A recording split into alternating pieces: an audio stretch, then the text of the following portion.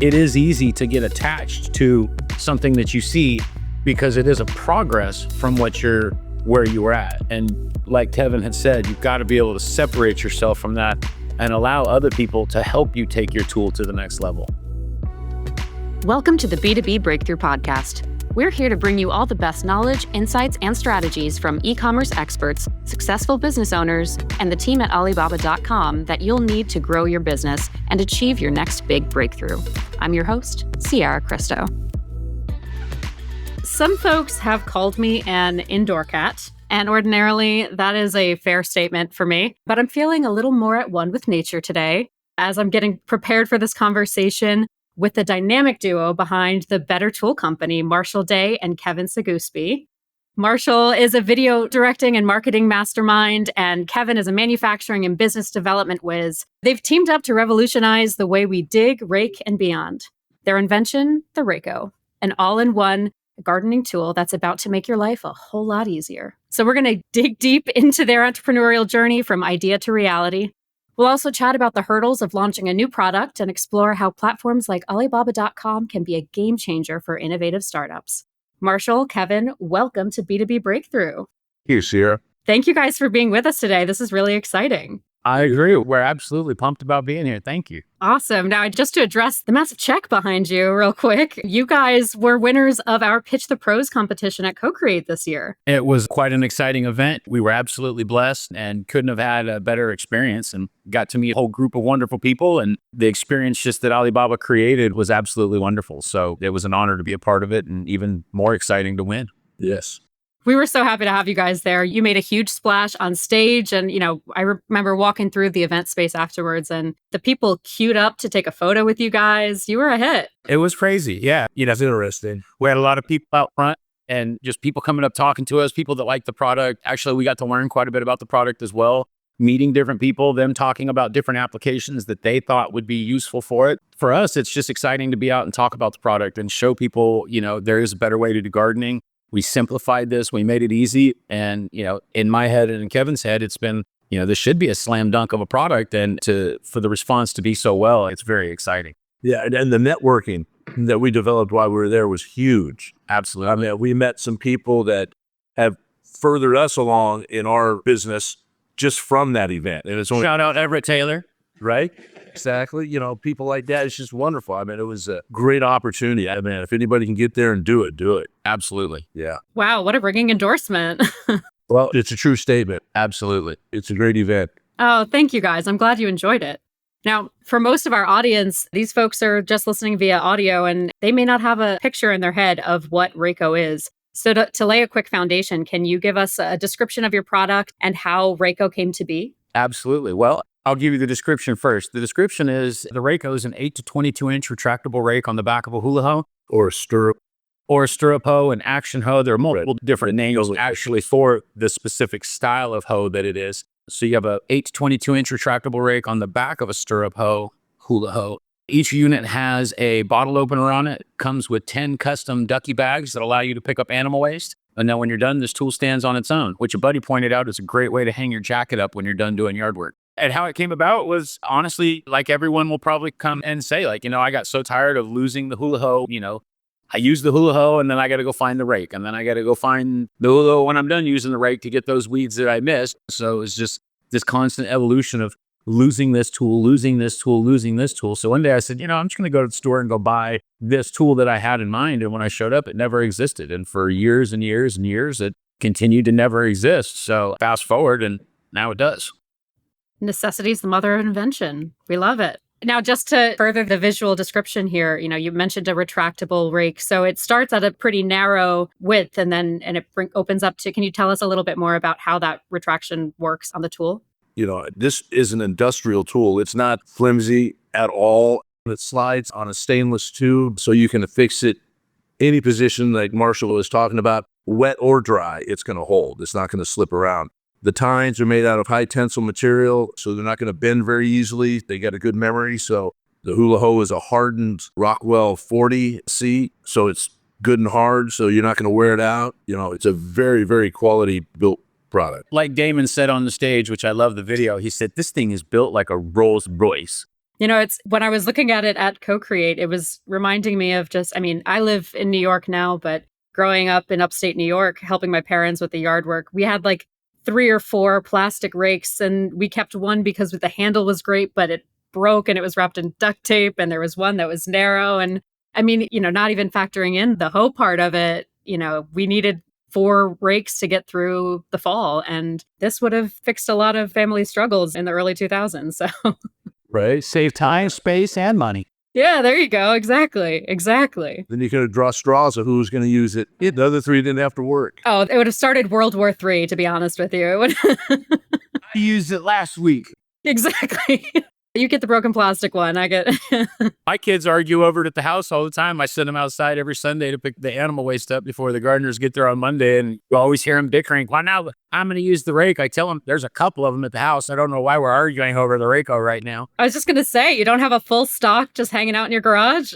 There's only one. Yeah, if you give kids a chance to argue, man, they'll just argue, So, yeah, it cracks me up. But they love using it. It's definitely simplified doing our yard work. I know that's for sure. That's awesome. How did you two come together to make this product? Like, how did this dynamic duo come to be? It was meant to be. The stars lined up one day. Ironically, a lot of things in this whole process have been just really a blessing. I don't know if we have some guardian angels up above helping out and kind of moving some key people around, but it does seem that way because after I got a series of prototypes made and went through my process, I remember sitting at my kitchen table looking at this tool for a couple of weeks, just thinking, okay, now it's ready. Now it's dialed in, it's sized right, and everything was ready to go. And a friend of mine had came by, and I had just got my patent application back and was moving forward with the patent. So I felt comfortable leaving it out and, just for the few people that kind of stopped by. And a buddy came by and he looks at it and he's like, what is this? And I was like, oh, it's just this idea I've had. And he's sitting there playing with this thing, and he's like, dude, you need to meet my buddy Kevin. And I was like, cool, who's Kevin? He said, well, he's my old boss. He's the one who hired me to get me into this industry. But he's like, man, he goes, I actually think you guys would get along real well. He has a factory in China. He works with some different factories in China that can help make this product. You might want to talk to him. He's in manufacturing. And I just sat there thinking, well, that's ironic because about 30 minutes ago, I was thinking, well, how in the hell do I find a manufacturer now, right? So, and next thing you know, he had set up a meeting with Kevin and I, and we went to a few lunches and hit it off real well. And fast forward a little bit, and, a few years later, just Been dating ever since. I wanted a partner. I wanted someone that could walk this journey with me, that could help, answer the questions that he answers and stand next to me when we're doing our pitch and be a part of the company, not just someone that threw a couple dollars at it and said, okay, cool, kid, go make this happen. That's awesome. So when you had that early conversation with your prototype, how did you develop that? Because that's a part of the conversation that I've had with a couple other entrepreneurs where there's this question of the chicken and the egg. How do you get the funding to create a prototype? And do you need a prototype to start really, kicking it up into high gear to get the financing? And tell me a little bit about that process. When Marshall came to me and we met and he presented the idea, I looked at it and I said, oh, that's neat. And at that point, it didn't have a bottle opener or a pooper scooper yet, right? Or a stainless steel sleeve. Or a stainless steel sleeve, all kinds of good stuff. So This thing was naked still. So we created a partnership and re-engineered it. And as we were what we called our board meetings, we would meet after he dropped the kids off at school in my backyard, and we would sit there and we would develop our business plan and develop different things and stuff like that. The biggest question you should ask yourself is, how are you going to sell it? So do you need a prototype? Yeah. I mean, you got to proof your concept out, right? And, there's a lot of good manufacturers overseas and even here in the States. And a lot of companies are willing to, if you got a good product, they're willing to look at it and, see what's going on. So you go to Alibaba, right? And you go, it's probably not the product that no one else is selling, you think, but there's similar processes. You can find a manufacturer and you can start negotiations real quick, When I was in the process of making my prototypes, I had enough made to make a plastic 3D slider. And so I would make the slider, but then I would go to Lowe's and Home Depot and go buy the retractable rake, pull the different pieces off it, go to different places, have them weld this and this on a hula hoe for me, and it was being able to utilize the big box stores for the pieces. So some people think the word prototype and can get scared of it. It's a prototype. I mean, this thing could be made of PVC and JB weld, like my grandpa made my original one, It's a proof of concept is what you want with a prototype. So I feel some people get so wrapped up in trying to make the prototype perfect. Well, you want the prototype to be perfect, yes, for functionality, but understand when you go into design, that's when you're going to dial it in, and that's when it's going to be pretty and all of that. But being able to utilize Alibaba, big box stores, and these other places to make your prototype, I think is key. So, it's tough, but know your product, know what you want to make, know when the trade shows are, and use those as dates to kind of, help push yourself, help set those things. And if you miss it, that's fine, but at least these dates so that you can try to gear up towards that and utilize your prototypes to show the people once your product's protected. That's how I felt, because the prototypes were instrumental in making this happen for us. It made a huge, huge difference. The better tool company, and Marshall and I have talked about this. If you make a quality product, people will pay a quality price for a quality product, and because no one wants to buy things twice, right? But financing, right? I mean, people have great ideas, right? And, building prototypes takes money. Going out and doing your market research takes money. If you decide to do some manufacturing, it'll take quite a bit of money. And I would double that money for your marketing, your social media, everything that you can think of. You're going to have to hire some of these professionals if you want to go quick. To do it yourself is a long, hard road. We tried it. We didn't try for long because we figured it out quickly. But turned out our 56 followers on Facebook knew that we had a Kickstarter going, and they'd already helped. As you were describing that process, I'm starting to put the pieces together on your division of labor and how you two come together to make this perfect pairing. It sounds like, Marshall, you kind of Frankenstein, for lack of a better word, the early prototypes to get this into this place. Kevin, how did that process work? Yeah. But as inventors, right? Inventors get so attached to their product, right? And, can't change the design. You can't, I want this. And they're very, very, protective of it, and rightfully so. But, sometimes you need to step back and allow other people to give you that constructive criticism that have some expertise in certain areas and that kind of stuff. And Marshall has been really good about being able to do that. I threw a fit. Don't let him fool you. I've thrown a fit. No, but I was wrong. I admit it, but I threw a fit. But to interrupt Kevin, as an inventor, when you do something and you make that next progress and you make that next step, it's so exciting. So for us, we had the slider, and when he went back to get into mass production, it didn't say Rak-O up the front. It actually was just a black slider that had a Rak-O sticker on the front. And I loved it. It was like this, yes, when he sent over it, he had went with, and I had approved it, and he had just the lettering up the front, and I thought it looked cool, and then I liked the other look better. Anyway, so fast forward, and I'm looking at a whole bunch that say Rak-O, and it was easy for me to sit back and call him and say, hey, man, you were right, bud. This thing looks way better, way more industrial the way this is now, and it's going to last forever versus sticker that's going to fall off. However, it is easy to get attached to something that you see because it is a progress from where you were at. And like Kevin had said, you've got to be able to separate yourself from that and allow other people to help you take your tool to the next level. Right. It was a rather really easy call for me to do. Not so easy for him, right? But it's just something that had to happen. This was so much better than the previous version. And then the previous version was so much better than that. And to see, I was able to line up, 10 or 20 of these and look at it. And yeah, it looked cool. But when you line up 20,000 of these, it looks like, oh, okay, yeah, let's run that out. So, and we are going to get a picture of that 10,000 units. Well, that segues us nicely into the sales side of this, the retail side. I understand that you've got a deal going with a big box store to help get these Rak-Os in everyone's hands across the states. Tell us a little bit about it. That's true. Big shout out to Tractor Supply for taking a chance on us. Wonderful people. Great to do business with, by the way. For us, believe it or not, it was one of those things where we looked at Tractor Supply as like, okay, this is probably going to be, not to say an end game, but we're not going to just go jump in Tractor Supply coming out the door. You know what I mean? Let's go hit some mom and pop shops. Let's create this buzz. Let's hit the trade shows. Let's just do our due diligence and follow the blueprints of how you introduce something to the market. And while we were at one of the trade shows, shout out to Chris from Modern Inventor. They have been instrumental in where we are at today. Absolutely. And it was actually one of their events that we were at where we met them, and we also met the Tractor Supply. So ironically, Kevin and I were doing a pitch the pros with Chris and a couple of people on the board. And while we were doing that, one of the Tractor Supply reps had stopped by and started talking to my daughter. And when we come walking out, she was like, yeah, this tool is absolutely amazing. And I think we should talk further. So what that turned into has been At this point, I feel like we're living in a dream. So we're the anomaly that just got approved for a nationwide release. So we will be coming out the gate in 2,183 stores, and you'll be seeing the Rak-O nationwide here just after January. So we couldn't be more excited about that. Well, you had said it earlier. Both of you were kind of talking. You got to put yourself in the right position in front of the right people at the right time.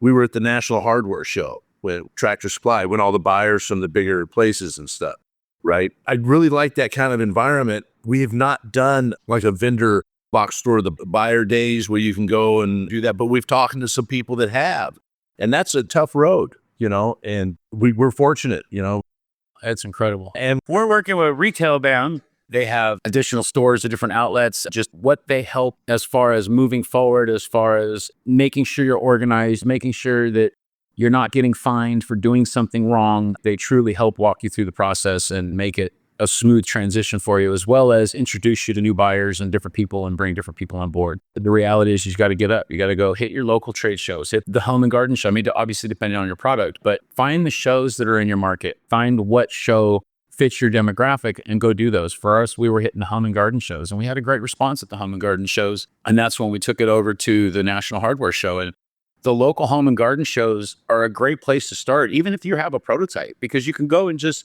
gauge the interest of what you have. Is what I have something that people are going to want? Before I go jump knee deep into this, is this something that makes sense? If this doesn't make sense, the local home and garden shows will let you know that. If you get a good response to local home and garden shows, then start looking up the national shows so that you go get in front of the correct people, go get in front of the correct buyers. And for us, it was super exciting. I mean, our day out the gate, our first tools was sold at the local hardware show, or the Fresno Home and Garden Show. And 21 days, 25 days later, we were at the National Hardware Show in Las Vegas. So literally, I mean, we just did a Dirt Monkey interview, had just came out, and, he was like, well, what stores are you guys in and this and that? And it's like, man, we've been in business 3 weeks, bud. And he was like, wow, you guys are at the National Hardware Show and you've been in business 3 weeks? It's like, yep. And we're trying to get in every store moving, and let's hit the ground running. Is the complexity of sourcing holding you back? Are you getting overwhelmed by information in an endless search? Now sourcing for your business has never been easier. Meet Axio, the world's first AI sourcing engine that helps you source like a pro with 5 key features. You'll get product inspiration that leverages real-time market data from comprehensive web insights, social media trends, and B2B knowledge. Generate detailed requirements to find the perfect match from AI-verified products and suppliers through Axio's multimodal search. Use Super Comparison to easily discover and compare millions of products from leading suppliers, focusing on the best-selling and most competitive options. With Axio Page, you'll get AI-generated encyclopedia pages that compile verified product information for each SKU. And finally, leverage Axio Agent to streamline negotiations with conversation guidance, real-time summaries, and direct answers about products and suppliers without having to browse detail pages. Head over to axio.ai today. That's ACCIO.ai to try Axio for free and start sourcing like a pro. I want to turn back to the Tractor Supply Company conversation again. What was that timeline from when you met them at the trade show to actually getting this agreement through? How was that process in terms of negotiation? We signed in June. We met them in the end of March, and when you're at the trade show, you're getting contacts, you meet everybody. So don't get discouraged if you text message someone, if you email someone and you don't hear back right away. And it was June. About June, we locked in our vendor's contract, and we've been just a continuous progression of that since then. So we got a store count in September. We got our official PO in November, and we got our delivery dates of tools that are being made as we speak. Now, how are you sustainably scaling to meet the demand of being in a big box store? I mean, All freaking out, pulling our hair out, Oh, okay. drink coffee all day, no stress, no worries. Well, thumbs up. So I go over on the production runs and make sure, I set up all the quality control and whatever engineering, we got to this point and that kind of thing. I'm on the factory floor, and it's really, really helps in making sure things are going the way they're supposed to go. And as far as scaling the operation, it's very scalable with the processes that we're utilizing. And there's newer technologies that we're looking at as well, to be honest with you, that machines that could utilize, increased productivity and that kind of stuff. So Yeah, it's very scalable. Nice. That's what I do. I love it. So you go out to China fairly regularly then to be a part of the production process. Yeah, I've been going to China for about 15 years. Wow. Had my own company for 12 now. The manufacturing base in China is very high skilled people. I mean, they do a wonderful job. They got the right training, they got the right people, they got the right areas, your wood areas in a certain area, your electronics are here, your plastics are here, your metals are here, your castings are here, all the different stuff that I'm involved in, and it's really nice. And people want to work with you. And like, if we have a new project that we're doing, I go to Alibaba first thing, right? I look, okay, who makes something similar? Not just because we have credit. Let's get that one thing straight. I did not pay them to say this. We're good. So yeah, and we have found some vendors through Alibaba that work well because we go to the factories. And it's really, really interesting. I've seen a lot of products that I see in retail stores being made over there and that kind of stuff. What are some of the bigger challenges that you've found in getting through the manufacturing process? And I know, Kevin, you are both in a unique situation in that it's more of a hands-on experience for you than a lot of entrepreneurs in the US. But, what are some things from your perspective that you would advise other entrepreneurs to pay closer attention to or be mindful of in the process that may make it more challenging for folks in similar positions? You've got to find somebody that you trust, right? And you got to do your due diligence. You need your NDAs, get to a patent attorney. Get in a patent attorney and say, hey, is this patentable? Is this, what can I do to protect myself if I share this with somebody?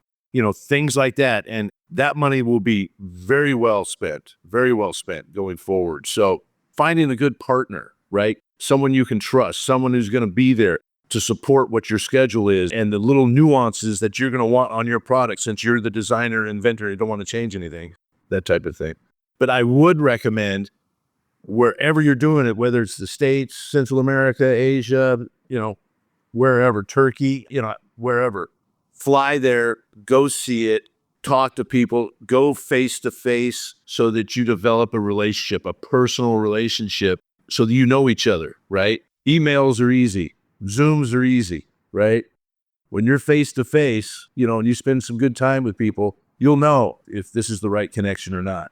And I'd also recommend, try to protect yourself in those countries. Do your NDAs and that kind of stuff, but, make sure you've got control of your manufacturing. Make sure there's no one knocking it off. And there's different avenues I think you can take with exclusivity, manufacturing agreements, Chinese contracts. So there's a lot of things that you can do and register your brands on them. So, and my 2 cents would be try to figure out, the path with least resistance. If you can get to a factory without 6 people having their hand out, collecting a percentage off the product before it gets there, that's key. Yeah, but hopefully you've done all your homework by then too. Correct. Right? So you've got to the point where you're selling it, what your selling point is, what your costs are, what you need to sell wholesale, depending on what your product is, right? And how you're going to market. And in terms of some of that research, you alluded earlier to doing some of those early stage searches on Alibaba.com. How does that tool help folks looking for manufacturers and suppliers identify the right characteristics, the right capabilities? How would you recommend using that as a tool? Or would you recommend using that as a tool to do the legwork? Absolutely. Absolutely, I would recommend that. So what we'll do is, I would look on Alibaba, right? And I would say, okay, I'm looking to make a hoe, right? And obviously, we talked earlier, stirrup, action hoe, hula hoe, that type of thing. And so you find a manufacturer on Alibaba that is making hoes. You can send them a message and there might be someone live to help you immediately, and if not, normally they get back to you the next day, no problem, right? And you can start this discussion of what you're really looking for. And maybe you're not making a stirrup hoe, but it's a metal fabrication, right? And, you can refine your searches for, all kinds of stuff in there, what you're looking for. And I'll tell you, by going over, you get even better deals by being face to face, right? And like we've had a vision with this, and I believe in the vision that we both have, like Marshall said earlier. And I think that confidence in our product, right, and the way it's built and the quality and everything that goes into it, when I'm talking to some of our suppliers, they feel that and see it. You mentioned going into these conversations, having a clear identity, knowing who you are, what you're selling. And I think part of that brand building is having something to stand for. And I think that's important for us as humans, and it's important for brands to identify what we care about beyond beyond the functionality of our tool, beyond the product that we're selling. And you guys have some wheels in motion for some charitable giving and a cause that's close to your hearts. Can you tell us a little bit about that project you're working on? Yeah, absolutely. Well, we have a couple of them. Number one would be the after school sports program. We're looking, there's $140 billion a year is spent from parents on the kids going, whether it's dance, soccer, gymnastics, football, all of the above, and my kids are competitive dancers. One of my best friends, his kids are competitive soccer players in Colorado. And My kids did after sports, swimming, volleyball, all that. And we're always constantly blown away how much money is spent on these things, So what we talked about is creating a after school sports program that allows kids to sell these tools on their social media platform for a scaling commission between 5 and 10%. What we'll do as a company is come in and match that scaling commission of whatever you match, and then we'll pay that out to that company. And the goal is for all sports, even through colleges, and so if a college student say, hey, I'd like to make a couple extra dollars to go to college, cool. You go sell X amount of tools, make X amount of money, we'll match that and put it towards your scholarship. So that is one of our programs that we're looking at getting going. Another one is, unfortunately, my house burnt down in 2019 and I had 2 pets in the house. And in that process, I learned that fire departments don't have oxygen masks for pets. Unfortunately, when I pulled up, my boy Pitbull was in the front yard and they had an oxygen mask on him. And when I was asking where my female was, here came the firemen walking out of the house with her, and they had to pull the mask off my boy and go put it on my female. And when I asked why they had to pull it off, they said because they only had one and that mask had just been donated. Unfortunately, he was already gone and they couldn't spend any more time on him. So they were going to try to revive her, and they did. So in learning that, there's 58,150 fire departments across the United States. There's 40,000 animals that die in fires each year. And my personal mission that I brought to Kevin was, let's find out what we can do to donate masks in every area that these tools are sold throughout the United States. We didn't anticipate jumping nationwide right out the gate. So we've been speaking to a couple people about trying to create a program that allows us to generate these on a quicker program. But we'd like to try to make between 500,000 and 1 million masks to get to these fire departments so that there is no longer pets that don't have these masks. And let's try to get that 40,000 pets that die each year to go the other way instead of continuing. And guess where and how we're going to obtain these units? Through Alibaba. We've actually been looking at sourcing, utilizing this check behind us to create the first $5,000 worth of masks to donate to the fire departments with the first order. I mean, I'm so sorry for what you and your family have gone through, and that you had to learn this lesson this way. It's not the way you want to, come across this information. But I mean, what an admirable and an important mission to embark upon. And how have you started this process in getting to know more about the product itself, as the oxygen masks for pets? How has this become another segment of Rak-O, of the Better Tool Company, rather? Is this a product?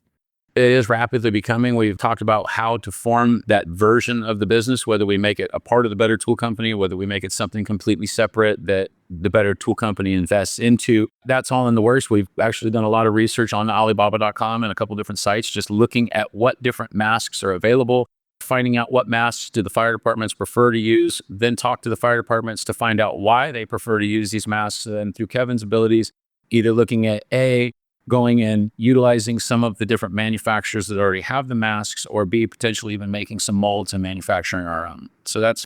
maybe we should document this process, because everything we talked about earlier, it's like starting from scratch, right? It's a great case study. It is. And for a great cause. Right. It's interesting, the numbers that you learn. And for myself, I wish I could not have to go through terrible things in order to have a good outcome, but it is a very special cause to my heart. And for other people when your house is on fire and your dog's dead in your front yard and they're able to bring another one back to life, it really minimizes all the terrible that's going on and kind of gives you a sense of relief. So I'd like to give that back. And so that's my way of paying it forward to the world, my part to try to make this place a better place. How do I say no, or maybe a little bit later? I got to say yeah. Exactly. You got to tug at those heartstrings. So that's... It's at the great cause, I don't care who you are, maybe there's some people. I haven't got to meet the family that donated the mask that saved my animal, but I'd like to say thank you to that family and let them know, because of that mask you donated, I'm trying to make 1 million to donate those 1 million across the world. So awesome. It's amazing what one person can do and what one person can help. So thank you, that family in Fresno, California that donated that mask. Truly. Amen. I'm at a loss for words, to be honest with you. It's not an easy conversation to have. It's not an easy story to tell. And I want to thank you for sharing that personal side of this because, like we said earlier, necessity is the mother of invention. And we have to be mindful of these impetuses in the world that are bringing these products to market. So, some of them are born of tragedy. And thank you for bringing attention to it because I think there is a lot of work that we all can do. And keep in mind that these are needs in our local firehouses and stations across the country. If you have an animal in your house, that's a part of the family. It's not just, oh, that's my dog, like those are pets. For us, those are a part of the family, and from what statistics show, there's 71 million dogs in America. There's 74 million cats and 120 million pet owners. So let's let these pet owners know that their fire departments are going to have these masks thanks to the Rak-O and all the other participating people. Yep, absolutely. I love it. That's fantastic. So, just as we're coming up on time here, I want to take another moment and look forward again beyond the masks, beyond the Rak-O. What's next for you guys? What's on the horizon for the Better Tool Company? We got a couple of products in the works, right? We introduced that at the Crease, little handheld. I think you saw it before, right? This only weighs 1.2 pounds, right? And this is a prototype, 3D molded, all the rest of it, components from the existing Rak-O, just modified a little bit. So yeah, build the prototype. But yes, we're excited about this. Our research shows that this will sell 3 to 10 times what the Rak-O will. Yeah, it's the demographics of the people that use it is weird, but I love it, but that's all. Learn, keep learning, Google questions. When you ask yourself a question, the answer's in your hand. Literally just how many people use hand tools? For us, like we're talking about the 3-piece breakdown unit, we started looking at different demographics and the top 3 telling tools from what it says are shovels, rakes, and hoes. And we have a 3-piece outdoor unit that is going to encompass all of that with pruning shears, with a pole saw. It'll be in a case and put it in your RV or take it camping, your campground, and it's got a flint and a emergency whistle. So yeah, we've got other products besides that are in the works. The handheld, we're hoping to get out by June, by April, if we can. The breakdown, we're looking a little after that. And then we got a couple more that we have in the works that I haven't made prototypes yet of. You guys are a delight. Thank you for sharing all of your stories today and for being a part of this podcast. Thank you. You guys are absolutely wonderful. And we look forward to everything that comes with Alibaba. We look forward to being a co-create next year. Now, in the meantime, where can people find you? Where can we look you up? We're at Rak-O.com, www.rak-o.com, and all social media platforms at Rak-O Garden Tool. All right. That sounds awesome. We will be sure to shoot you a follow, and we'll stay tuned for all the latest and greatest coming up in the next few months. Thank you, guys. B2B Breakthrough is produced by Alibaba.com. To find out how Alibaba.com is empowering its customers with the tools, services, and resources they need to grow their business, visit Alibaba.com. And then make sure to search for B2B Breakthrough on Spotify, Apple Podcasts, or wherever you find your podcasts. Make sure to follow us so you don't miss future episodes. On behalf of the team here at Alibaba.com, thanks for listening.